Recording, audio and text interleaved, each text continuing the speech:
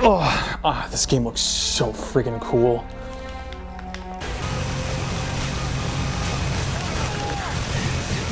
Whoa! This is nothing like Mario Kart. This is pretty intense. No!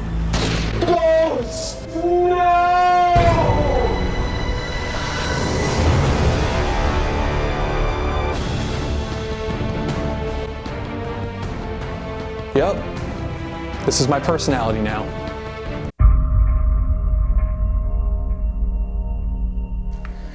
I can name every gun, attachment, and piece of nylon kit in this game. That only makes it better. Breaks over, Roach. Let's go. Yo, this mission's honestly wild. Like, no one actually does this, right? Like, I could never, no shot. I mean, that's crazy. I hate heights and the cold. Ugh. It looks so cool though.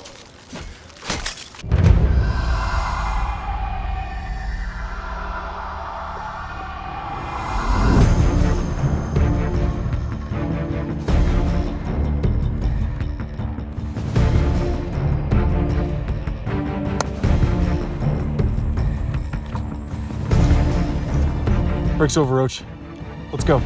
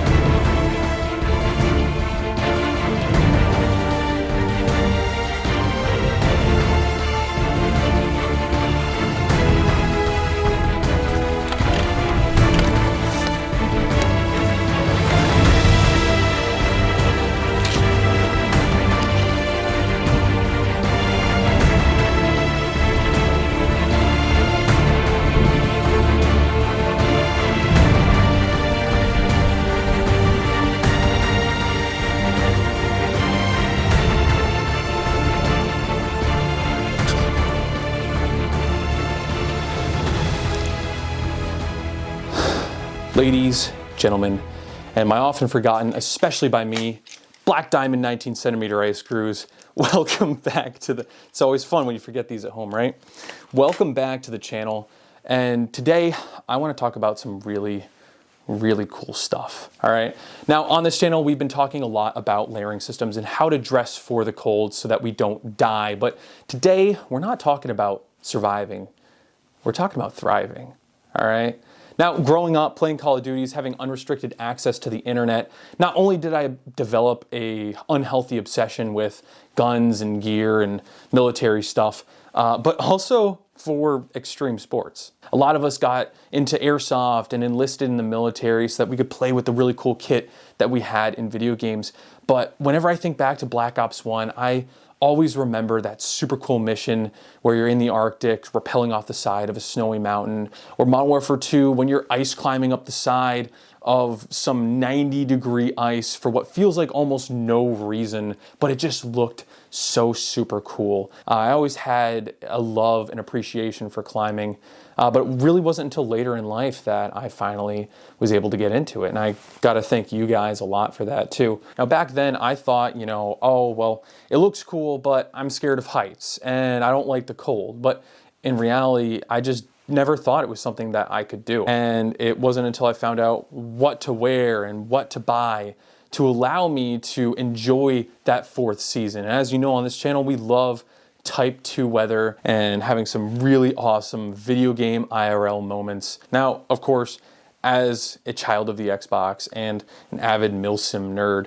a lot of my stuff is actually military surplus. And what's so super cool is that a lot of the stuff being issued at the turn of the century up until now is premium grade stuff, but it's still a little bit cheaper than the commercial things that you would get from companies like Arc'teryx, Patagonia, and Outdoor Research. Something that would have an extremely restrictive price tag on the commercial market is actually very affordable on the secondhand military surplus market. And today I'm going to show you my budget military surplus mountaineering / ice climbing loadout. Now, you're probably asking yourself, Kit Creep, how is ice climbing going to help me in WROL or SHTF? It's not, okay? It's for Tiatuaki, baby. We love you, Paul Harrell.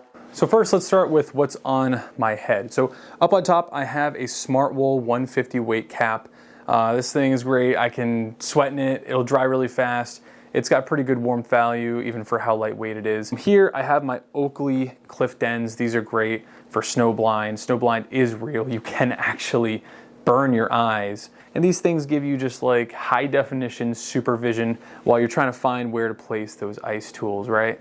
They also have these windscreens on the side here that helps with, you know, kind of making these like a pseudo goggle, right? So these are great. I love having them, especially when you're climbing on the ice and you're swinging that ice tool in and ice shards are just going absolutely everywhere. You kind of don't want those going in your eyes. So it's good to wear eye protection, right?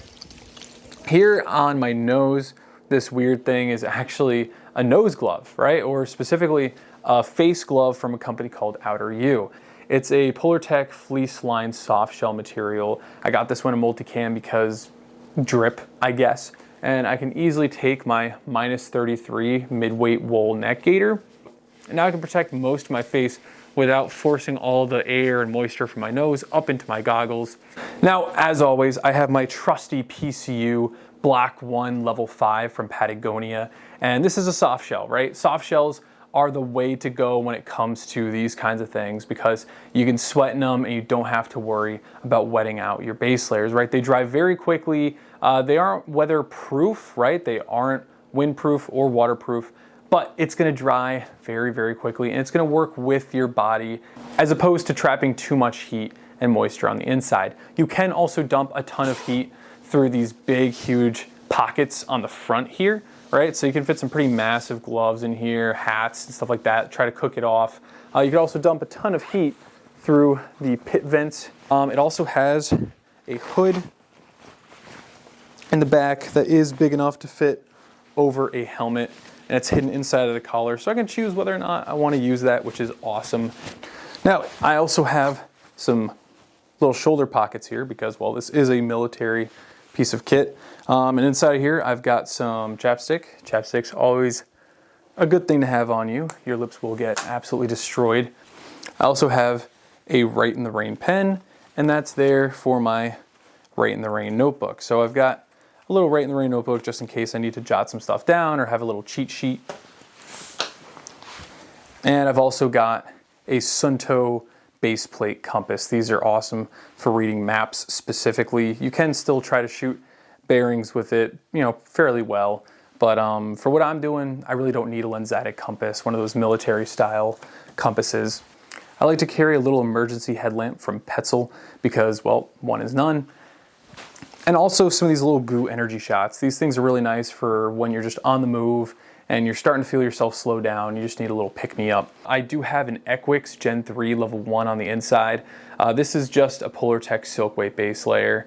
And then depending on the conditions, I might swap into a PCU level 1B. This is a mid-weight base layer. This is Polartec mid-weight fabric. And I talk about this in my base layer video, but it's nice having an in-between option, something between your silk weight, lightest weight base layer and your heaviest weight base layer, something like a waffle top, right? This is a big jump to go from a silk weight to a waffle top. So having a mid-weight to better dial in your system depending on the conditions is a good idea.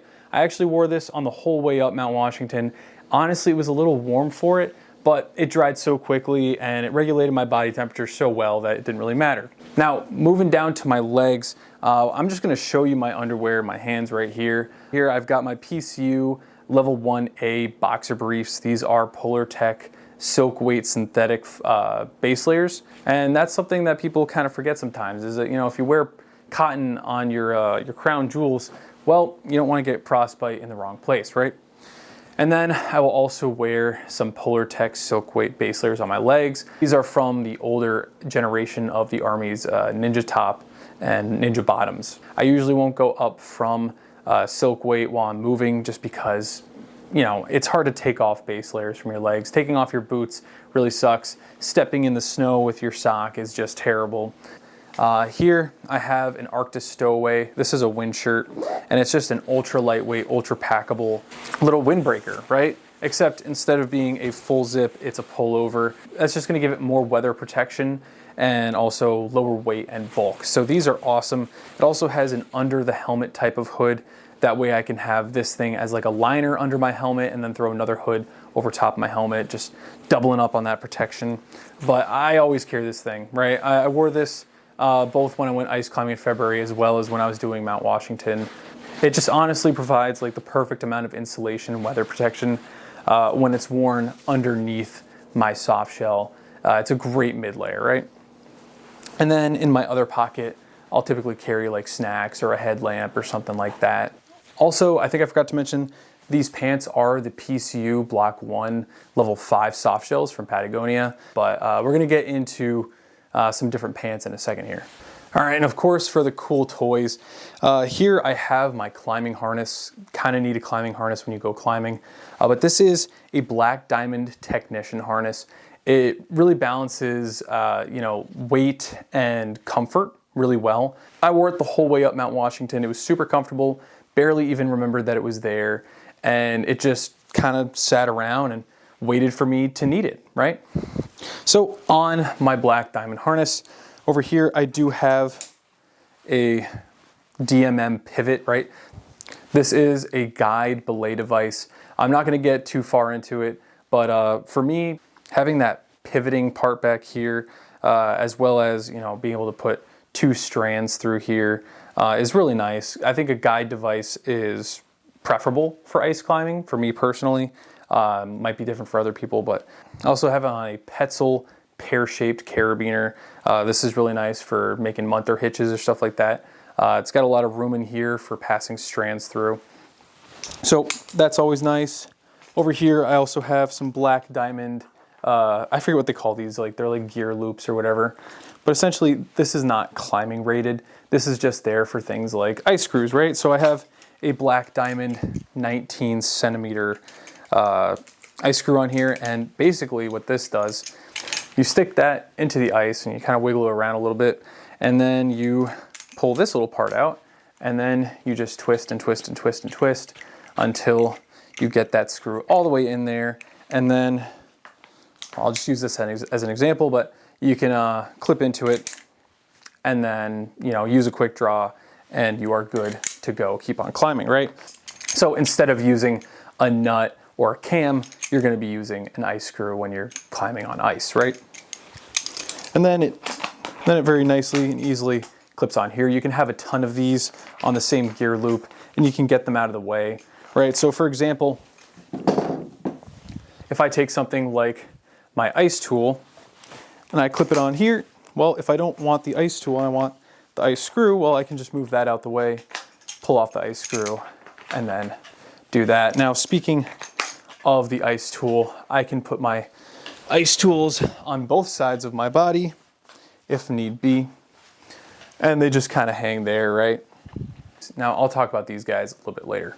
And then over here, I have my gloves. These are the Arc'teryx Venta gloves. These are like my new favorite gloves, honestly. They're a soft shell fleece lined glove. Because they're soft shells, they dry very quickly. So they do a good job of balancing breathability and weather protection. And they're a really awesome approach glove, right? So while you're hiking or trekking and you're approaching where you're gonna climb, I can have these on my hands. I can sweat pretty hard in them and they're gonna dry pretty quickly, right? They're also touchscreen compatible, so I can take cool photos with my friends or, you know. Over here, I have another locking carabiner, except this one's not a pear shape. And then I also have a little bit of cordlet on here.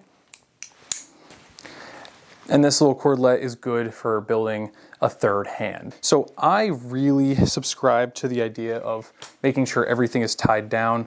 But not everyone's like that, I've learned, which I think is really funny. So for me personally, I really like to have a leash on my ice tools.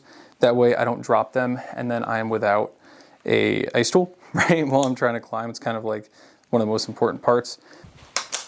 So you can use this little bit of cord that's on there to make it a little bit quieter, not rattle around like that. But either way, these are rated for 2 kilonewtons. So essentially, if you do fall, the idea is that this carabiner or this cord is going to break before this thing comes out of the ice and hopefully doesn't fly back at you and kill you. And the really nice part about this camp leash, right, the same company that makes these ice tools, is that it's like gyroscopic, right? So they're not going to get twisted around each other. The thing is just going to keep on rotating no matter what I do. It's not going to get tangled up on itself. And then basically it's just tied off on a little climbing rated carabiner on my belay loop, right? So working my way down to my feet, I'm wearing some Smartwool socks right now, but I'll either be wearing some Darn Tough or Smartwool hiking socks. Here I do have my mountaineering boots, right? These are the Bates Toraboras, and these are super duper awesome. These are actually military surplus. And what's really cool about them, they use toe clips, right? So it has both a toe and a heel welt. That way you can use some automatic crampon. Now these do have a little bit of flex in the toe. So these aren't awesome for ice climbing. So when I went ice climbing in February, they let me borrow a pair of plastic mountaineering boots, and those are completely rigid. They're way better for ice climbing, but I did wear these when I did Mount Washington. You can see they're pretty dirty, but these were awesome for general mountaineering, right? They might not be the best ice climbing boot, but they're great for just walking. Now, down here on my feet, I have my Petzl Sarkins. These are some really awesome crampons. These are great for ice climbing. These are both automatic and semi-automatic. Right now I have the toe clip on here because, again, the Bates Toraboras do actually accept them. This over here is what the toe bail looks like. So if I wanted to, I could actually put that on there instead. But as you can see here, I have a clip in the front, clip in the back, and then a lanyard that runs around the boot. Essentially here you've got these teeth that stick out like that, and then you have these secondary teeth here. And what that does is it gives you a really nice platform when you stick it into the ice to rest on. And they also have this little gasket on the bottom here to make sure that snow doesn't cake up in between your teeth. So basically, before I need to switch into my actual big crampons here, I'll have these micro spikes on my feet, and these are what I used on my approach when I went ice climbing in February.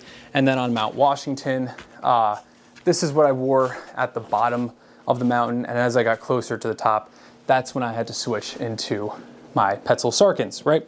So it's good to have both of these. They both have their uses. You don't always want to have some legit crampons, but you also don't always want to be wearing your micro spikes once you get to more technical parts of the mountain. Crampons are basically just knives that you wear on your feet, and these things very easily stick into your pants, right? And as you can see, when I did Mount Washington, I was kind of a dummy and I didn't wear any gaiters or anything to protect my pants. So I poked some pretty good holes all over these guys and I had to patch those up. I still have some more that I need to patch up. But basically, if you want to avoid doing that, it might be a really good idea to get some boot gaiters. And I've got a couple different ones here, right?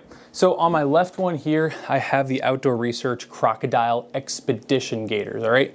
The Expedition versions have this reinforced material all up the inside of the leg, whereas the normal Crocodile gaiters just have that reinforced material down here at the foot, and then on both sides it just has some thin nylon. So when it comes to ice climbing, definitely want to have something like these expedition gaiters.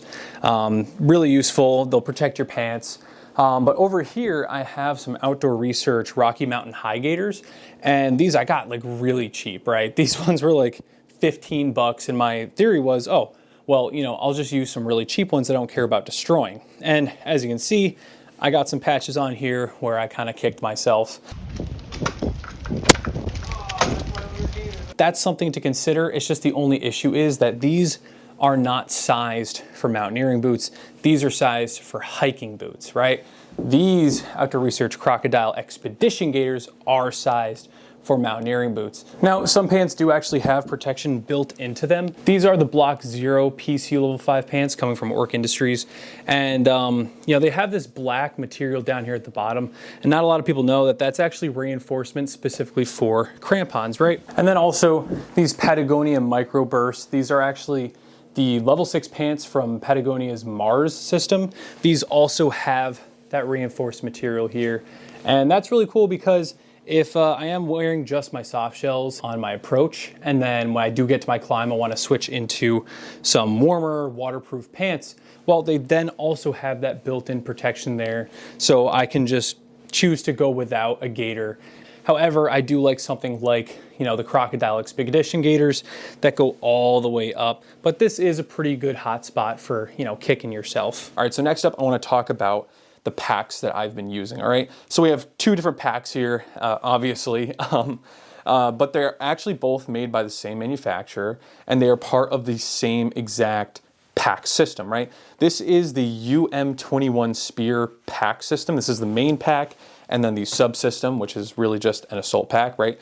What's nice about having two different size packs is I'm better able to tailor my load system to what it is that I'm doing, right? So something like a big, huge ruck right here, this thing has a really awesome suspension system on the back here. It's really, really comfy. It has metal stays on the inside. It's an internally framed pack. And this thing can handle a lot of weight, all right? So when it comes to something like backcountry skiing, this is going to be able to hold your skis on it, crampons, all your winter layers, extra gloves, a sleep system. So I really like a nice big pack because it's going to be able to handle overloading a lot better than a smaller pack is going to be able to handle that, right?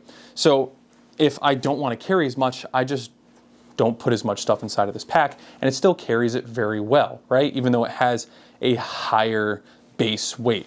But something like a smaller pack like this one over here, once you start to overload it and you start to weigh it down with more than it was really intended for, it kind of sucks. I'm just gonna get this thing out of the way because it does not like to stand up.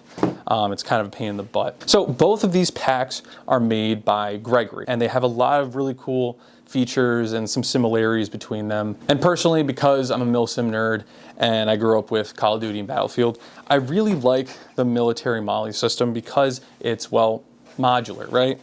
And what's really cool about these packs is they come with their own little MOLLE pouches here.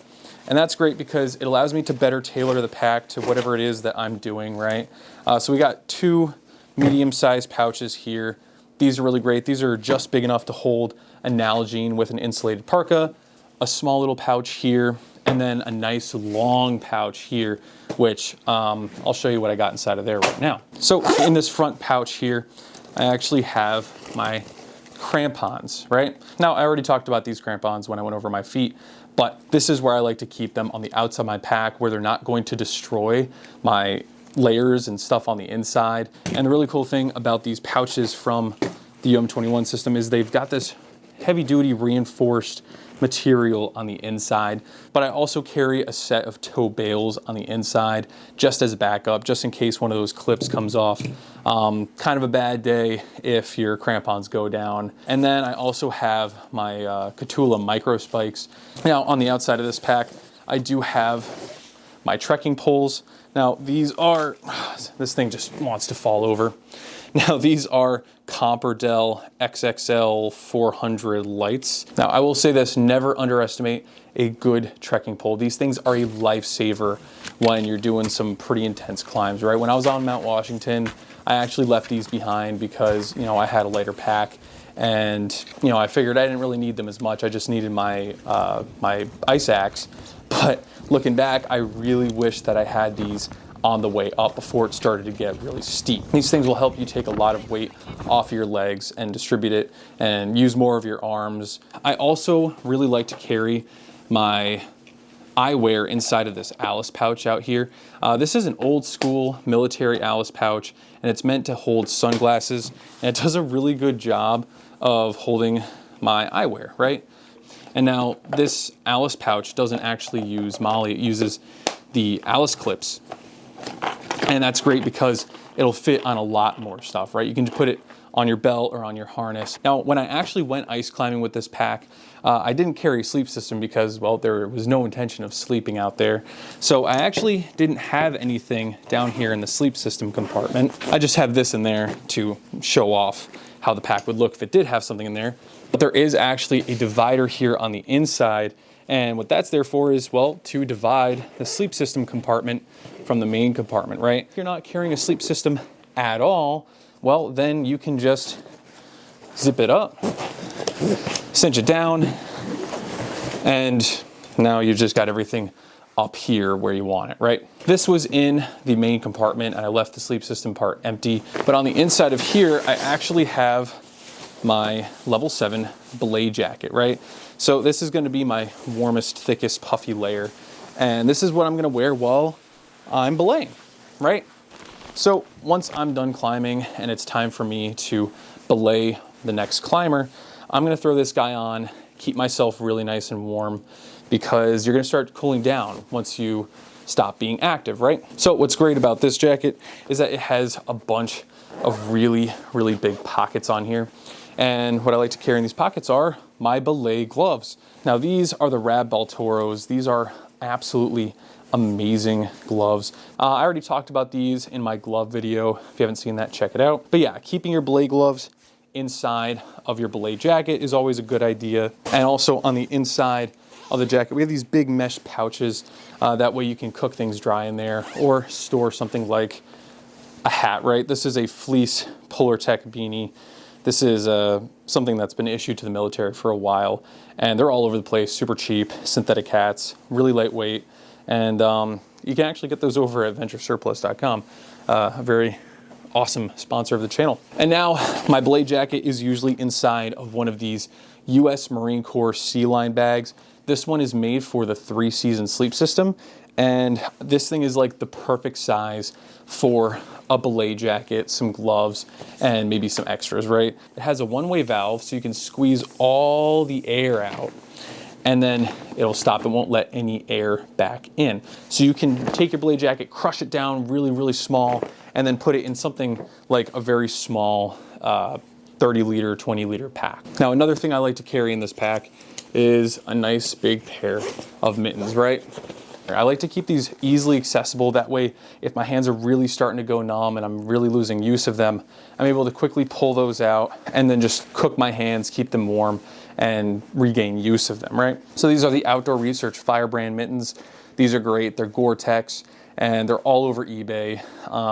If you find them in your size for a good price, highly recommend getting these things, all right? Now, one of the neatest features about this pack is that it actually has an insulated seat. Now, I already talked about this in my Spartan race video, but this is awesome because when you're sitting around waiting to do whatever, you're eating lunch, you can fold this down and you can sit on it, and it makes for a really nice barrier between your butt and the cold ground. The Salt Pack over here actually has the same thing, and I made really good use of it on Mount Washington. Now, moving to the inside of this pack, I actually have my helmet up top here. Now, not only can you hang a rope here and then put it underneath the brain of the pack, but you can also fit your helmet in this second snow skirt up here at the top. And then this strap here is able to keep it in place. Now, this is the Team Wendy M216 backcountry helmet.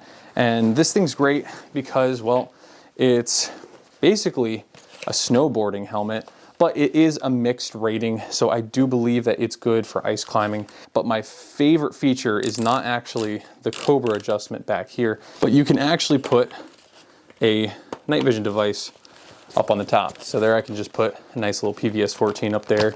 And you know, do you need a PVS 14 or night vision device on your skiing helmet? Maybe, I don't know, that sounds kind of fun. I actually used it on Mount Washington for mounting my GoPro. So a night vision mount is actually a really great way to mount a GoPro and keep it in place and not have to wear some head strap or rely on like glue to keep it on your helmet, right? And then inside of the helmet, I also have some Oakley Prism goggles, and it's just good to have doubles of everything, right? One is none. Now, I don't really have anything on the inside of this pack. I actually just have a waterproof liner with a sleep system inside of it. And that's just because, honestly, I just want to get this thing off the table as quickly as possible because it just doesn't want to stand up. But I will say, on the inside of this pack, I do have one of these US Marine Corps ILBE waterproof liners. Now this does fit the UM21 Spear main pack because it's basically the same kind of shape. But these things are awesome because this one actually has a lock on it for the valve, right? You can actually lock it out. That way, if you want your pack to float, you can just press out as much air as you want, and then you can lock it and then make the inside of your pack a little bit more buoyant. Now, again, a nice big pack with a really awesome suspension system and frame is going to be great for carrying a lot of stuff. However, when it comes to something like lead climbing, it's not going to be the best thing to climb in, right? Having this on your back while you're doing some pretty technical stuff can be a little bit awkward. It can kind of get in the way. So that's where you might want to leave this guy at home and switch over to a smaller pack. This is the Subsystem Assault Pack. And here you can see I actually have my ice axes attached to the outside. And the way that I'm doing that is actually with these gear loops that are present on both of these packs. So when I went ice climbing with this pack, I actually had them attached to the outside using those gear loops and some paracord. And I'm just demonstrating that over here using the smaller pack. But yeah, so the ice tools, ice axes, are actually attached using a little bit of webbing and then some shock cord up there.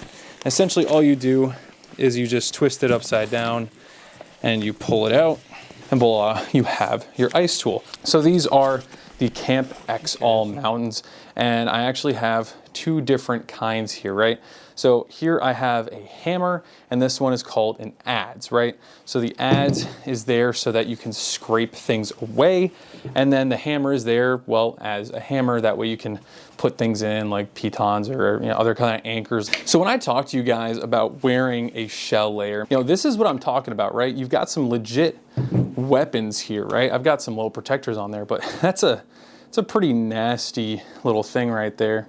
And then you've got some legit razor blades on your feet, and then you've got all these pointy, jagged ice screws that the protective covers always fall off of hanging from you. So as you can see, these things actually have a really nice curve on them, and that makes them better suited for ice climbing, but it's not such an extreme curve, and the handle is not so fancy that you can't plunge it through the snow. So they are kind of a general purpose axe, and as you may know, I love general purpose things, something that can do most things well, right? And these are definitely those, right? When I was ice climbing, they were definitely better suited for ice climbing than they were as, a cane, right? Something that you're gonna help you walk up some pretty steep inclines. They have a great pick on them. And then they also have a little trigger down here, but you don't actually use that as a trigger. Well, I don't really use that as a trigger.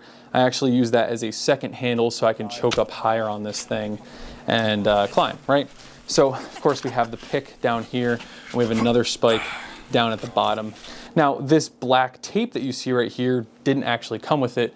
This is a cool little trick that ice climbers do. When you do actually choke up on the neck of the axe, you have a grippy surface as opposed to cold and slick metal, right? So next up, I want to talk about the smaller assault pack. Now this is more of a lead climbing pack, right? This is something that you could actually wear while you are climbing because it's a lot smaller. You're gonna have probably just a belay jacket, some belay gloves, maybe some food and water. That way, when you get to the top of a pitch and you start belaying and top roping your partner, you know, you'll at least have some warmer stuff to change into. On the outside, we actually have a smaller little seat here. It's also really nice because you can actually put a nice big jacket or something that's wet on the outside here to dry. You just sandwich it in there. And for being a small little assault pack, it does still actually have some load lifters on there. So that's really cool because that just, again, makes it a little more comfortable to wear. The waist belt is not as sturdy as the main pack, but it doesn't really need to be. But it does have MOLLE on it. And what's awesome about that is I actually MOLLE'd on some of my outdoor research Nalgene parkas. And of course, that is going to have a Nalgene in there to keep that from freezing. Of course, I would have this upside down, but this is how I wore it on Mount Washington. I was able to distribute them on each side of the bag. And then also on the MOLLE belt, I do have a 9mm MOLLE pistol pouch with my handy dandy Gerber, right? These things are really helpful, so I never like to leave without my Gerber. Now, when I did Mount Washington, I did actually take this long MOLLE pouch off of my main ruck and put it onto my smaller assault pack. And inside of it, I had crampons and a ton of ice screws, all right? My buddy brought probably 8, but what I really like about how this pack works is that it actually clamshells open. That way you're better able to see what's on the inside of the pack. So on the inside here, I have some really nice ice climbing gloves. These are just some really cheap, basically dishwashing gloves that are fleece lined and have a snow basket, snow skirt on the bottom, right? Inside of this pocket, I actually have some smart wool glove liners. These are just great for adding a little bit of insulation to one of your gloves. Having a few pairs of these, that way you can swap out a wet pair for a dry pair and try to cook them dry and cycle through them. And then inside of here, I do have my Petzl headlight. This is the Tika, and I also have extra batteries on the inside here. I did end up using this thing on Mount Washington because the sun kind of started to go down as we were descending. Well, the sun was down when we started our descent, so that was unfortunate. Now, in the main compartment,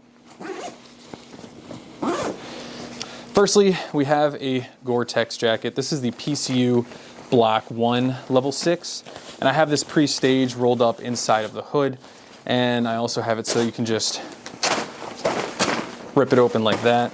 It's always good to have a hard shell jacket on you, just in case the conditions change, or just in case whatever it is that you're climbing up starts melting really badly, especially if you're climbing up waterfall ice. And also, the hood very easily fits over my helmet, so that's definitely something that I recommend that you look for, right?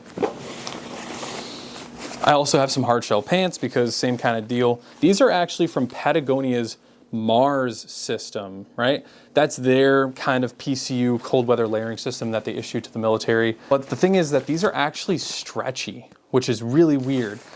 So they're very comfortable. They are a full side zip, which I really like. The PCU level 6 pants are not full side zip, which I kind of annoy me. In here, I do have some wool mid-weight full side zip pants. These are from MTHD. What's great about these things is that I don't actually have to take off my boots to put these things on because they are full side zip. So I can just drop my pants, throw these things on, or take them off as I need to, just in case conditions start to change. When we think of a mid-layer, we typically think of a fleece. Now, this fleece is actually from the PCU Block 0 from Ork Industries, and I'm actually a huge fan of anorak style or pullover style fleeces, and that's just because they're very warm, they're very lightweight. I know that a lot of people don't really like fleeces anymore because puffers are kind of the new wave, but I think that if I'm doing more like mountaineering, this is what I'm gonna carry with me, right? However, when I am ice climbing, I really do like to carry my Arc'teryx Atom LT. Now, what I love about this jacket is that although it is less durable than something like a fleece, it is weather protective because it's a lightweight shell, right? Now, it's not gonna be as physically protective as something like my level 5, but it is something that I can throw over in a pinch if I need to. But my favorite part about this jacket is that I can put it on underneath my level 5, I can throw it on over top depending on what I need to do. And then I can also put the hood over top of my helmet, keep myself a little bit warmer. This is definitely an active mid-layer. This is something that you can wear during some pretty decently high levels of activity. Now, typically I would also have some food in here, but unfortunately I ate my food when I was on Mount Washington. So I'll just tell you right now, the meta is bagels for me. I really like bagels. They don't crush inside of your pack as well. They don't really freeze too badly. So yeah, just some bagels with butter, some candy, chocolate, gummy bears for dextrose. What I will show you is my little survival bag in here, right? A SAM splint, this is very important, right? Fractured limbs are pretty prevalent amongst ice climbing. If you fall, which you're not supposed to do, but if you do fall, you're probably gonna like snap something in half pretty badly. So having a SAM splint for you and your buddies is a good idea. Another really important one is gonna be an emergency bivy. This is just a really cheap, Mylar bivy, but it's better than nothing, right? I didn't plan on getting stuck on Mount Washington or, out when I was ice climbing, but there's always that possibility. So just having something like this, just in case, is a good idea. I had some hand warmers, toe warmers, whatever. Paracord, and more paracord. Paracord's always a good thing to have. I do have some pemmican in here that my buddy made for me. He's super cool for that. This is kind of like my emergency food rations. It's not really like my go-to. And then of course the survivalist in me is going to pack some pre-rolled duct tape. If you watch Corporal's Corner on YouTube, you'll know why I have it like this. If you got 3 rolls of duct tape, it's a really good fire starter. Of course, a Bic lighter, some matches for redundancy, and then I have some aqua tablets. I tape them together. That way I have some duct tape at my disposal, and also these never get separated. Now, of course, looking cool is only half the battle. You have to go out and you need to go take some courses. I highly recommend looking for a really good climbing school in your area, right? Up here for me in the Northeast, Eastern Mountain Sports is awesome. I went ice climbing with them. They did a great job. The instructors were super nice, super informative. I learned a lot. And then when I was doing Mount Washington with my buddy, I actually passed an Eastern Mountain Sports school, taking some people up the mountain. So that was awesome. You gotta look for who's in your area, have them take you out and show you the ropes, literally. Now, I love video games just as much as the next guy, but if this video inspires even just one person to go out into the mountains, get off the Xbox, get off the screens, and do some really cool video game IRL moment stuff, I'll be happy, all right? I had a ton of fun making this video. I know it was kind of a long video, but I hope you guys liked it, and I'll see you next time. Oh my God. Oh my God. This is nothing like Mario Galaxy.